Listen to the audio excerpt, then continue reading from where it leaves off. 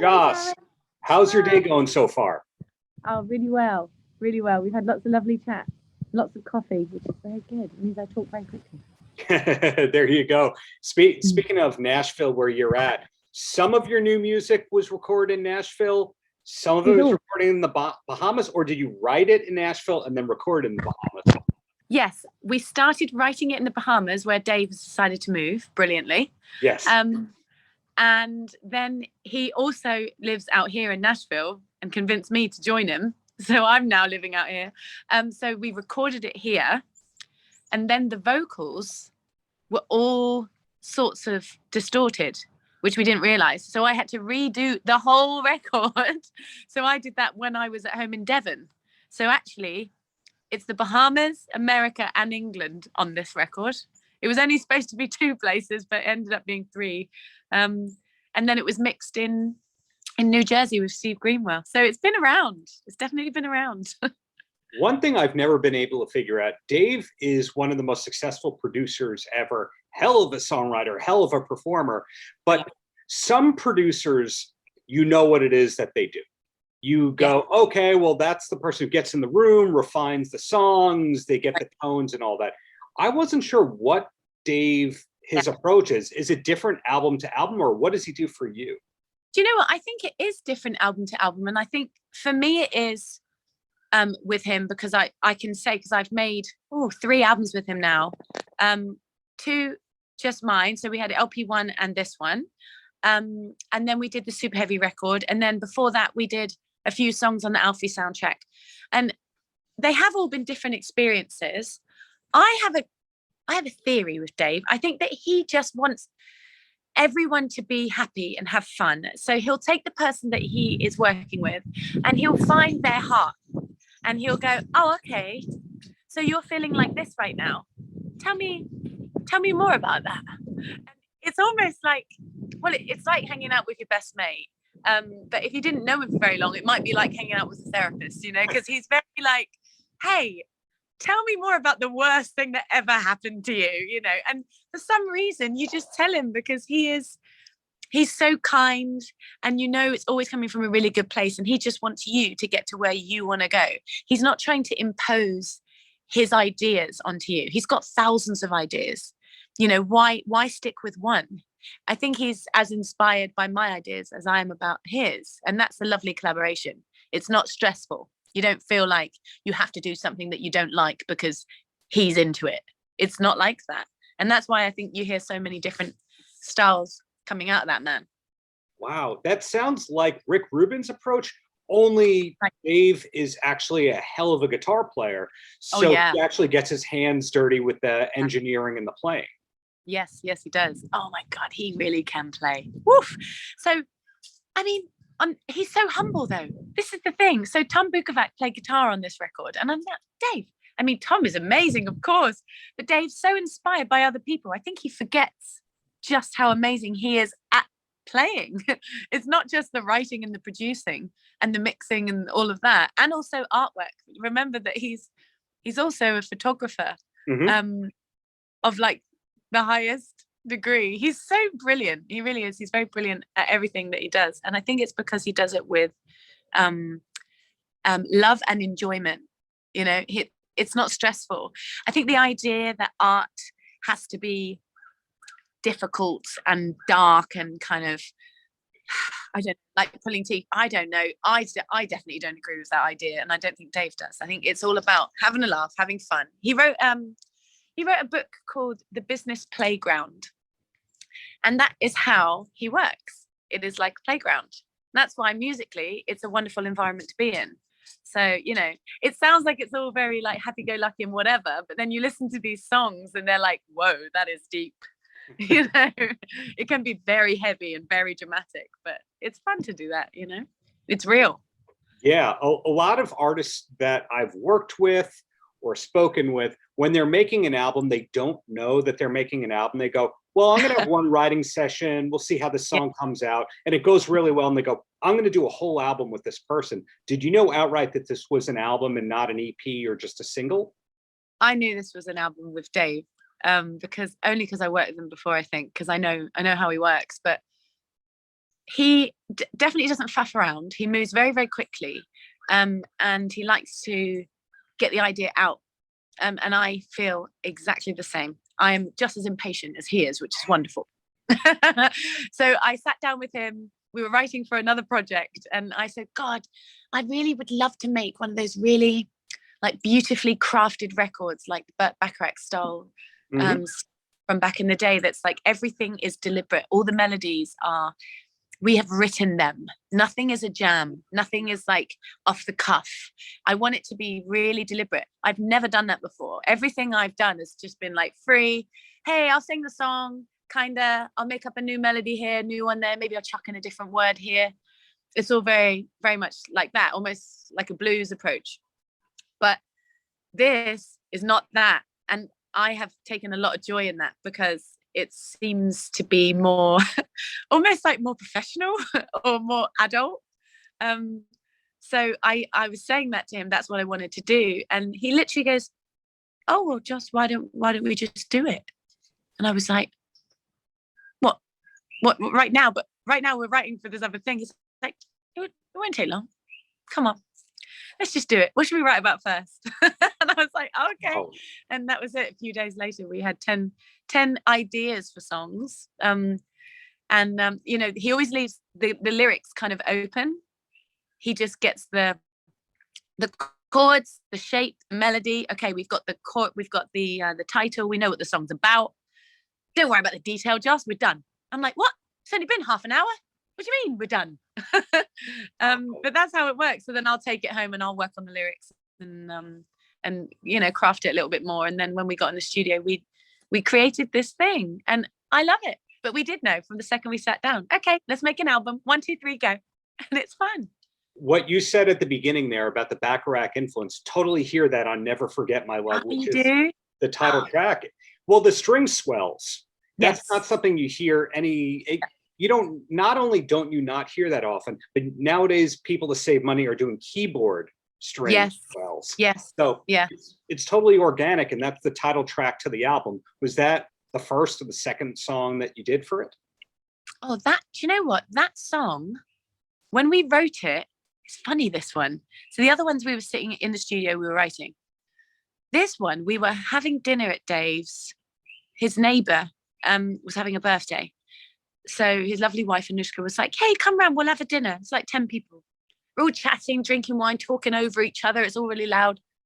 And Dave just, I don't know why, I can't remember what sparked this, but he picked up a guitar and he started to play. And I'm talking to someone and he's like, Joss, what do you think about this? And I was like, yeah, no, that sounds really good. And then I'm trying to keep this conversation going, but at the same time, I know Dave wants me to sing something on this. So I'm like, okay, never forget my love. I'm just singing something. And I think he recorded it or his daughter recorded it. We came up with some stuff literally at the dinner table in the middle of all this chatter.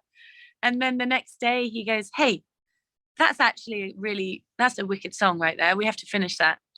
And there we go. Now we have Never Forget My Love. How random. That one was random. But yeah, the strings, this guy, Tim, who put the strings together here in Nashville, luckily, just by the grace of God, he had been working with Burt like the week before, writing strings with Burt Bacharach. Can you believe our luck? And the guy was like, hey, so is that the vibe you want? No problem. I was just talking to him yesterday. I'm like, what? Are you serious? So, you know, with the strings, I took each track and I sang ideas in my random way of doing it. And Tim comes in, he's like, oh yeah, I totally get what you're saying. And then just created this beautiful thing on a keyboard with fake strings. And then he goes, writes it all out. And then we get in there with some real players. And then they tracked those there was only 6 of them. It sounds like there's 30. Yes, and he just retracked. Because whenever I've done orchestras in the past, it's been so expensive because you have like 30 people. Union, yeah. And they're all union, yeah. And it's so crazy. But we just went to this bloke's house and there they were in the living room and it was just stunning. I mean, I love that way of recording strings. It's really quite amazing how they do it. But keyboard strings, that's a no-no. straight up. I'd rather not have them. I'd rather just get an organ to play the lines or something. No. Do not go there with keyboard strings. It's not good. It's awesome that you not only have this album that's coming out in the near future, but you used your pandemic time wisely with getting the cooking series off the ground, doing the podcast thing. So there's no shortage of great Joss Stone content out there. How long was it from having the idea of I'm going to launch a podcast to actually doing it? Do you know what? My friend Richard, he is the guy that puts the podcast together, and he does podcasts, like science podcasts in the UK. He does one with Professor Nutt, who famously, he was a scientist working for the government, and he got fired because he said ecstasy was less dangerous than horse riding.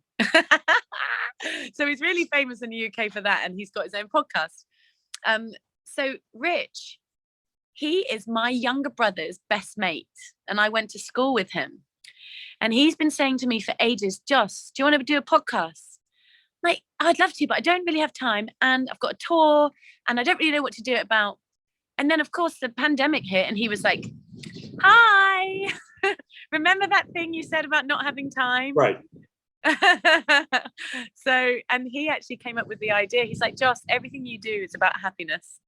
Let's do a podcast about how people can get happy, you know, what's going on in the brain, why certain people in different countries are happy. I mean, it's called A Cup of Happy because I love tea, and everybody needs a cup of tea in the morning. So, well, I certainly do. And wouldn't it be nice if it was a cup of happy? So we called it that.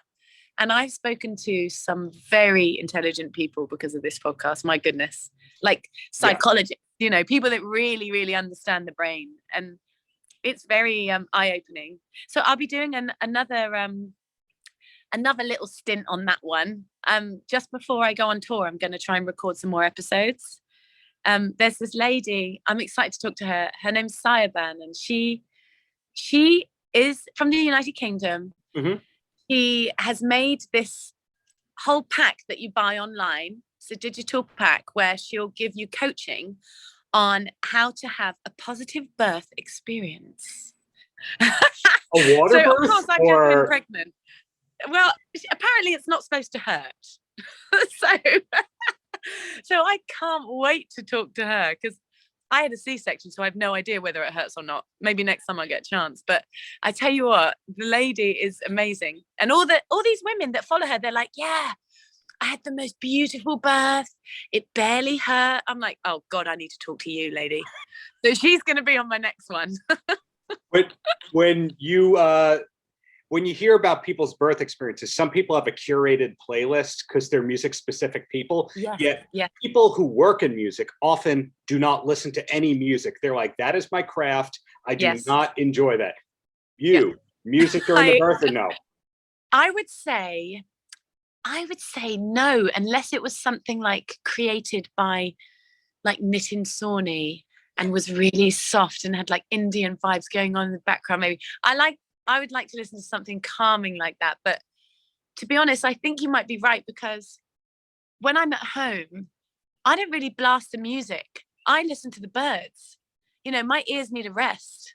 Yeah. And nature is really it is very musical. It's just in a different way.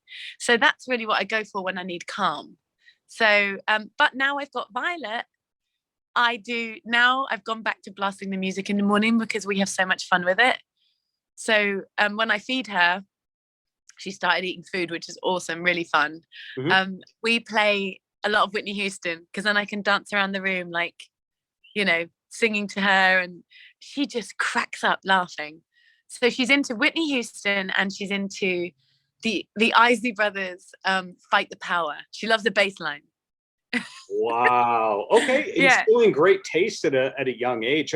I learned my lesson with, I like to have music on 24/7. And so I had to get an MRI about 2 years ago. And they said, you get to choose whatever music you want when you go into that sliding thing. And at first I was like, why don't I put Travis? That would be great and relaxing. And I said, wait, no, that might be boring. Let's put on Helmet, the heavy metal band. And I put on Helmet. And after 90 seconds, I went, I can't do this. I got to get out of this. No, turn that off. Oh God, that was brave. Why did you do that, you nutter? I just thought it'd be more entertaining to listen to some metal, and it was the worst idea ever. So no metal childbirths. I guess that's the lesson learned. Definitely not. Oh no. So when you're in there, and were you like shouting to them, can you turn it off? Yes. Yeah, I was And hitting the did they hear button. you? Oh Yeah. God, They took that me is out and fed me. awful. You failed an can't even- MRI. Oh geez. Oh no, dear. You could listen to like pillow talk, or Icy Brothers would be good actually. Yeah, go with that. Gee, you nutter. Well, that's the secret I've learned. The Isley Brothers might be the universal thing for kids, for Yes. MRIs, for Yes. parties. Definitely. Now I know, Perfect.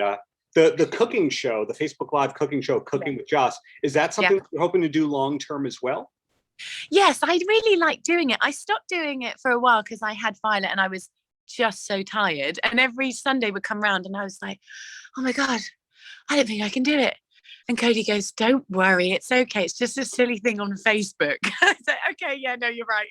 But it is fun and it does make people laugh and I really do enjoy it. I try to do it with Violet a bit, but when she was really little, she was just like, Mom, what are you doing? She just cries at the wrong moments. So now Christmas is coming. I want to do one now because it's like festive. And I fancy making some, I don't know, last year I did mince pies. So I've got to think of something to do. And then I'm going on tour at the end of January. So I'll probably do a few in January. I just enjoy it. It's just fun. It really is. And people, they just laugh. And I think I get a lot of good tips from the viewers because they see me doing things that maybe I shouldn't be, with mixing cream in the wrong place or too much or too little. And I get a lot of tips, which is funny.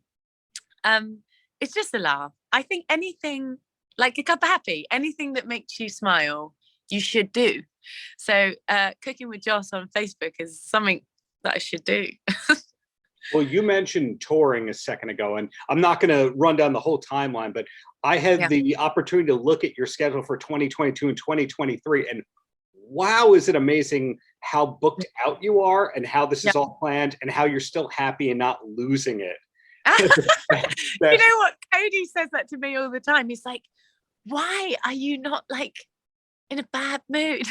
Sometimes I am, but I think I'm all right without sleep. It makes me a bit mad, but it definitely makes me giggle. Hey, but yeah, with Violet, now she's here. Life has changed touring wise. So I don't want to do the whole too much flying. So we're going to do a lot of it on a bus. So we'll make our home on the bus and that will be perfect. Because really, I mean, I don't have to strap her into a car seat. I'll just cuddle her and then we'll have our own little bed and it will be, I'm excited about it. I really hope that it works out because if it doesn't work out for her, it doesn't work out for anyone.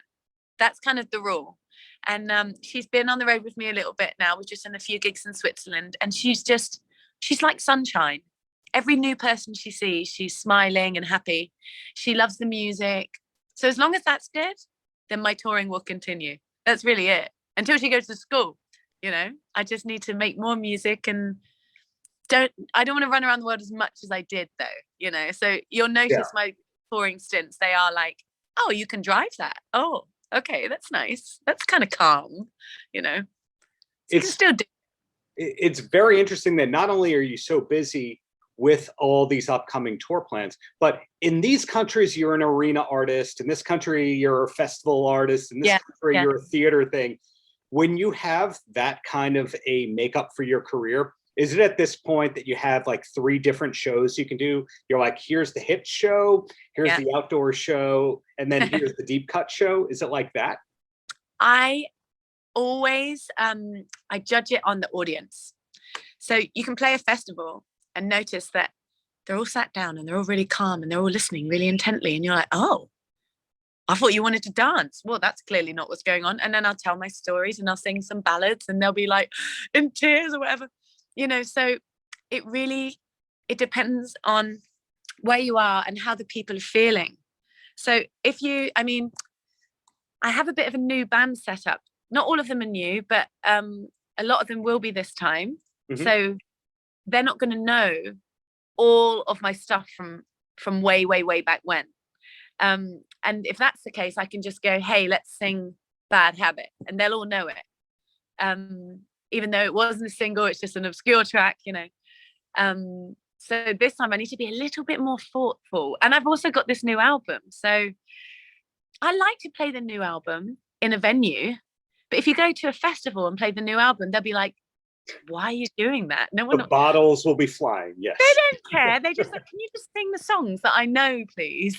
Yeah. So you have to have all of that rehearsed. Yeah. So we're going to rehearse the whole album and pretty much all of my singles, I think. So then I have something to give people. I just want them to be happy. I just want them to hear what they came to hear.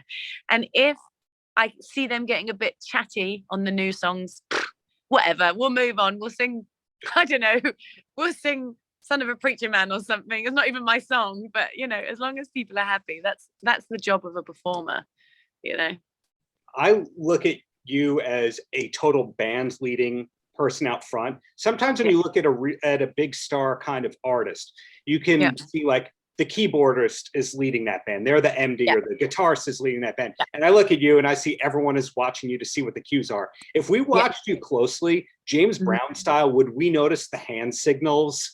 Probably. Okay.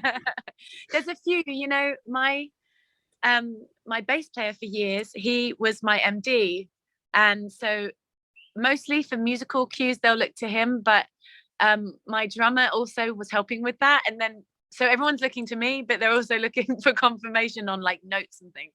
So it's a bit of a collaboration there. But because I change it so much, if they weren't looking at me, it would all go tits up, because I'll be like, hang on a minute, this needs to be faster or slower, or we need to do that verse again, or can we just repeat? I think if they're not looking, then it's all very disjointed. So the drummer and I, because the drummer's the loudest person on the stage, and also my very first MD was my drummer. So I have learned to always look to the drummer. They're the most powerful, if the drummer's on your side, you're good. If they're watching, you are good. So Rick Jordan's my drummer, and he is locked. We are locked. So yeah, he knows if I lift my hand, what I mean, and he knows if I drop it, it's we're chilling out. He just knows, and I have I feel so much more comfortable when he's there. So yeah, it's not all me, it's everyone. Now I know.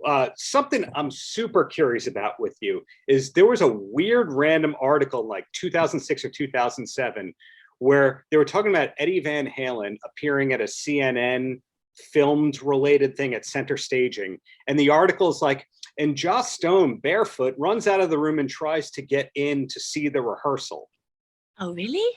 Yes, and this got quoted in a lot of places. So as somebody who's attempting to write a book about David Lee Roth, I was just curious if that was a coincidence that you happened to be running out at that time, A, B, you were a Van Halen huge fan, or C, that was just like gross misreporting of the whole thing. I think it could be A or C. I don't really know, because I don't remember that at all. But maybe I was just running around trying to watch rehearsal. I'm very nosy. It's possible. I like music. It's very possible. But, people do make a lot of stuff up. It's so funny. There was once this story that was reported. It's so hilarious. I went through a phase of dyeing my hair all sorts of different colors, as we now has become very popular, actually. Sure. But at the time, I got in a lot of trouble with my label. That wouldn't happen today. But anyway, I finally got to the color blue after I'd been through them all. And one day I was playing and it was really hot, and I cannot remember where it was. God knows, could have been in Europe. Anyway, and I was sweating on stage, and there was blue running down my neck and on my face, and I looked like a Smurf. It was terrible. And it was hilarious. It was so funny. And I went backstage and I saw my personal assistant, Courtney Christian, who's one of my best mates, and we were wetting ourselves laughing. It was so funny. In the press the next day, like worldwide press, shared everywhere, reported everywhere, Joss Stone has thrown a cup of tea on her personal assistant for ruining her hair dye. So I don't know what to tell you, man. I don't know how they got to that, but I found that just hilarious. And Courtney, she forwards me the thing like, what is going on? So, you know, it's like Chinese whispers, isn't it? It just goes, it's like a little snowball. It's great that you have the positive disposition to have that ruining your day and not be one of the artists who then sues the media outlet and 3 years in court. No, you can't do that. You have to laugh. I mean, really, it is quite funny. I mean, and it can be kind of annoying when they say things that paint you in a mean light, because that's not who I am. But it's all right. You know who you are when you go to bed. You don't need everyone to believe you. It's all right. Well said. Well, this is a compliment. This is not going to be a backhanded thing.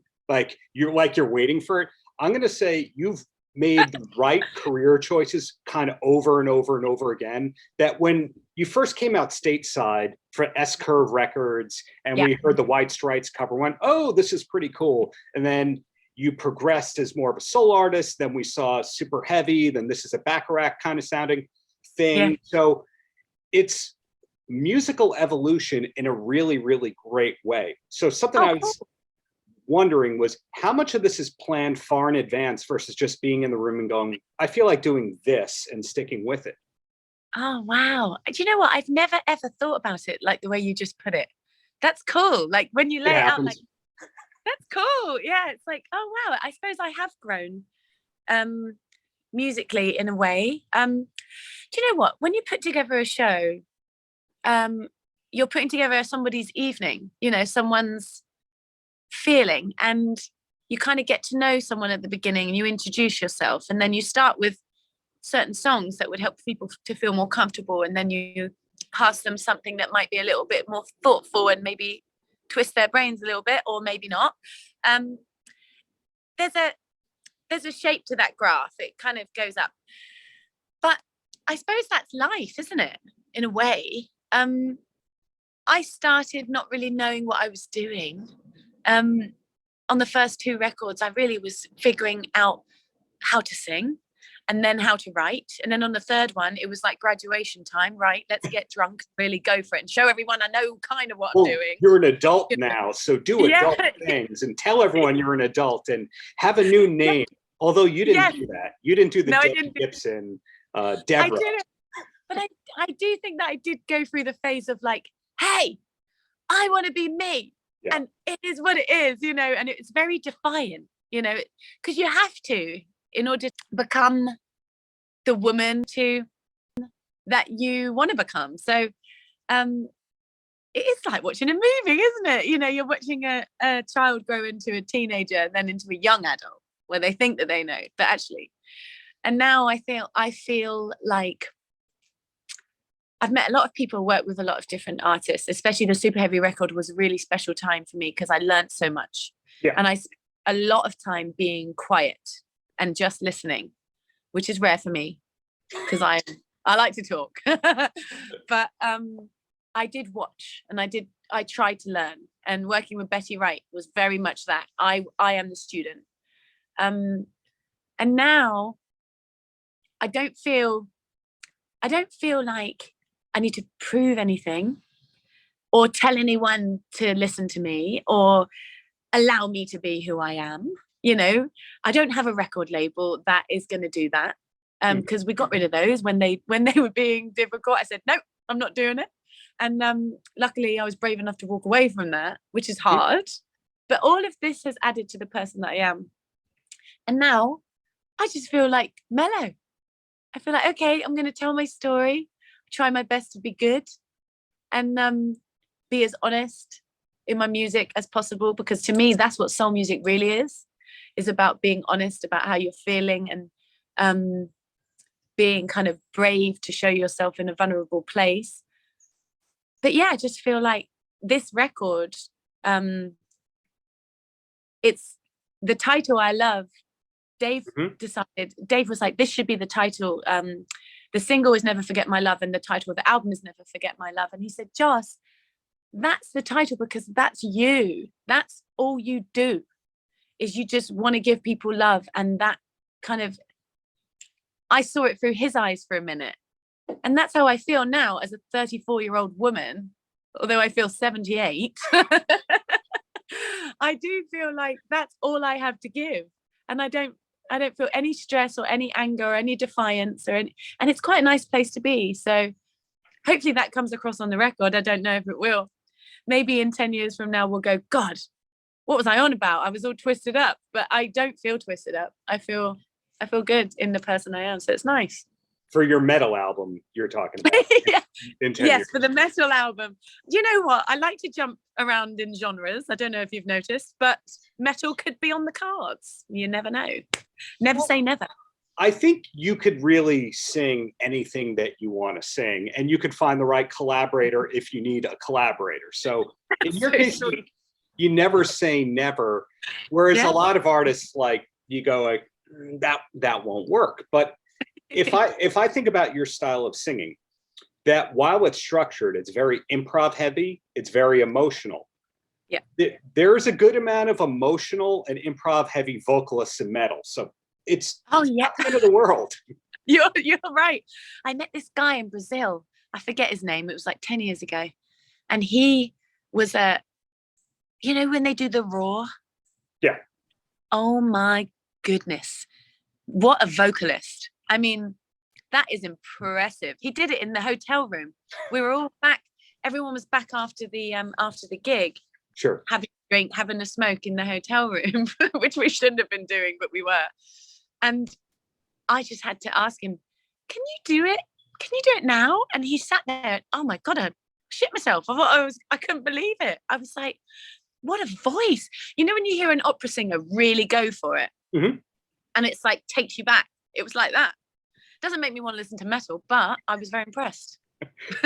In your case, at this point in time, you had to learn how to sing properly to not blow out your voice all the time. But is there a lot of vocal prep for you on off days as well? No, not really. I should do it. If I was to do that, I think my voice might last forever. But like Patti LaBelle, for instance, her voice has lasted such a long time. But she doesn't smoke. And I wonder if she does vocal warm-ups. I should find out. But I do a little bit in the shower just as habit. I think that's habit. I do the oh yeah. I always do that. I always do that when I'm tired as well. I don't know why. It's just become habit. It's like, oh, my voice hurts. I do that.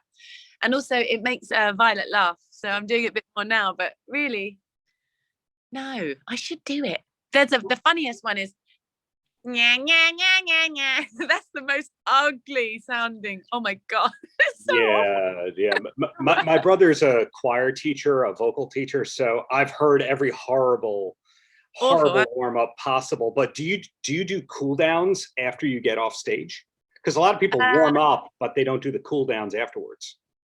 I do a little bit. of the one, just because it just feels nice. But really, that's about. Unless if I'm really struggling and I feel like, okay, I have a gig tomorrow. If I've got 4 gigs in a row, which is rare, I would definitely try and do a warm down for sure. Because my voice won't be there the next day if I don't do something. So I have to be very careful. My voice is really weirdly like, it can be strangely fragile because I don't sing soft all the time, but I like to be able to do both. So it's nice to go from a pillow talk voice to a massive one. And if you don't look after it, you won't be able to make that transition. It's just one or the other. And I find that has no dynamics. So dynamics, that was the word I was looking for. Yeah. You still enforce dynamics in 2021. So kudos to you on that. And very important. 2 quick questions, and then you're free to roam the grounds of Tennessee. And the first one is, besides Cooking with Joss, what's a streaming or TV kind of show we should be watching? Do you have a recommendation on that end? Oh, a streaming one? I don't know. I kind of don't watch enough TV, but you know what? I got obsessed. This is so very wholesome of me. I have just binge watched British Bake Off, which I never really watched before. It's on TV in the UK, and people get together, their families get together every Friday or whenever it comes on and watch it. I never really did that because I didn't really watch TV. But I don't know, I just got completely hooked on it. And oh my God, I get emotional when these people are like worried and then they drop the cakes and then they start crying. I mean, it's more emotional than you could possibly believe. So yeah, that's a really good one. But I also just watched, have you watched Dopestick? Oh, with Michael Keaton. I hear that's great. Have not seen it though. It is really good. It's not feel good. It's not happy go lucky. But because of what's going on right now in the world with the vaccine and with all the different companies and all the arguments from right to left and this crazy world that we're living in with the pandemic and that, there's no pandemic in it, in Dopestick, but they do talk a lot about a pharmaceutical company. That's what the whole thing is about. And it's so creepy because it makes you think, oh my God, oh, what's going on? And then when I had it's about Oxycontin or Oxycodone. Yeah. People say it both ways. Yeah. So when I was having my baby on the 28th of January, they sent me home with a bottle of that. And then I watched Dopestick and I'm thinking, oh my goodness. Well, luckily I didn't get hooked on it and I had like 3 of them and I left the rest. But if I'd have watched that before, I would have been terrified to take them. Right. And actually it's a true story. So I think it's kind of worth watching only because of what's going on. And we do need to be careful. It's creepy, man. I'm with you there. And speaking of creepy, no, I'm kidding. Oh God, here we go. Piggybacking on that earlier story that we have debunked about you barefoot chasing after Eddie Van Halen to see his rehearsal and getting turned away. Now that we know that is not true, I was just curious though where David Lee Roth ranks for you as far as all-time frontman, because you yourself are a dancer while singing. We don't see a lot of that these days. Not a lot of people have guts to actually leave it all out on the stage. You do, he did. Where does he rank? Did you say I'm a dancer and a singer at the same time? I can't dance to save my life. Okay, you are a free-flowing spirit on stage, so you'll spin around. To me, that is dancing. That's so nice. I love that you said that's dancing. I want to give you a hug now. I wish. I don't dance until there's, that expression, drunk enough to dance. That's yeah. Otherwise, no dancing here. You just have to feel free. And I think anybody that feels free and goes for it and helps everyone else in the audience feel like they can be themselves. If you do that as a performer, I don't care who you are. I don't care whether you're a great singer or a shit singer or a great guitar player or a shit guitar player. I really don't care what it is that goes on. If the people feel good and feel free and feel accepted and they can do them, that's it. You've done it. You've done your job. You're good. That is the job. Spread good feeling. What more is there? Merchandising. That's all I got. Oh, that's brilliant. I wish. I'm terrible with merchandising. This guy, James, my mum's friend, he's doing my merchandise on my website and he's got loads of stuff in there. He's so good. Bless him. I said, James, no one wants my merchandise. He's like, oh, yes, they do. Yes, they do. He's made lovely candles and all sorts of stuff. It really is lovely what he's done, but I don't know if anybody bloody wants it. I would say, all honesty here, if we think of solo artists, generally solo artist merchandise is not effective. Like, how many Billy Joel t-shirts do you see? But candles, yes. Knitted hats, yes. Yes. Okay, I'll tell him knitted hats. We haven't got knitted hats. He's got everything. He's thrown everything but the kitchen sink at it. It's so brilliant. There's like little bits of jewelry and it's really cute. Wine labels, yes. Band merchandise. Oh, wine. I could make wine. Do you know what I want to do? I would love to be able to make things like jam and stuff. But then it's difficult because it's food. So then you have to go through all this drama with the food. But that's really what I want to send people because I bake so much. I could bake cookies and send them out. I could do all sorts. It'd be really fun. But apparently food is a drama. You've got to go through all sorts. Drama. But just let's put on our thinking caps here. Jam, the Jam. mutual connotation. So jam with Joss Stone. Come on. Do you know what? The album or the music that we wrote for this play, this Time Traveler's Wife play, a lot of those songs come from another album Dave Stewart and I wrote that never got released. We wrote it in Devon. We never really finished it. And it's called Homemade Jam. Yeah, but that will never be released. Your food products line, Homemade Jam with Joss. Yes, I have a favorite recipe. It's raspberry and vanilla. Oh, so good. It's like raspberry cupcakes. Bloody delicious. You should try it.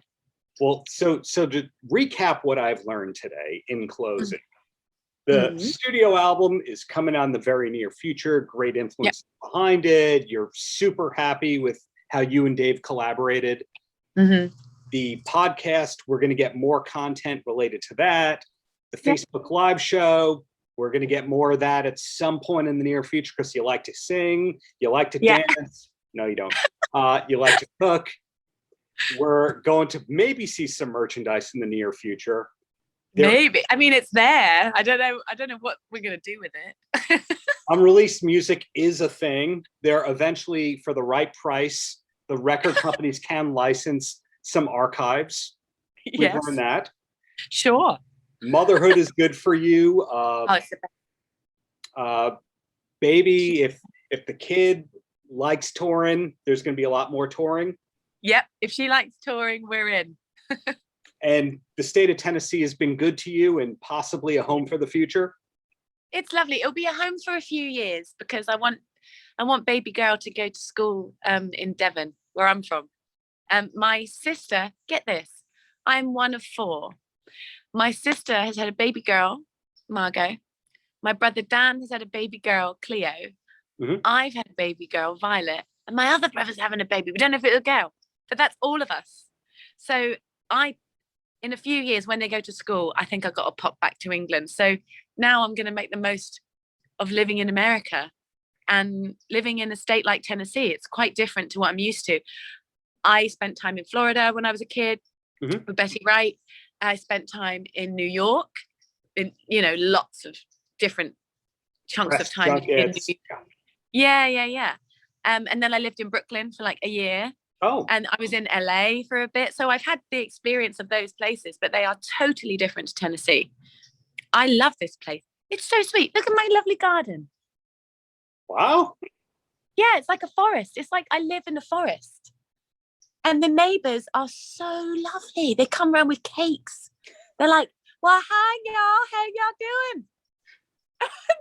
So country album more likely than metal album. That's what I'm learning. Probably. Do you know what? I'm really intrigued by bluegrass music.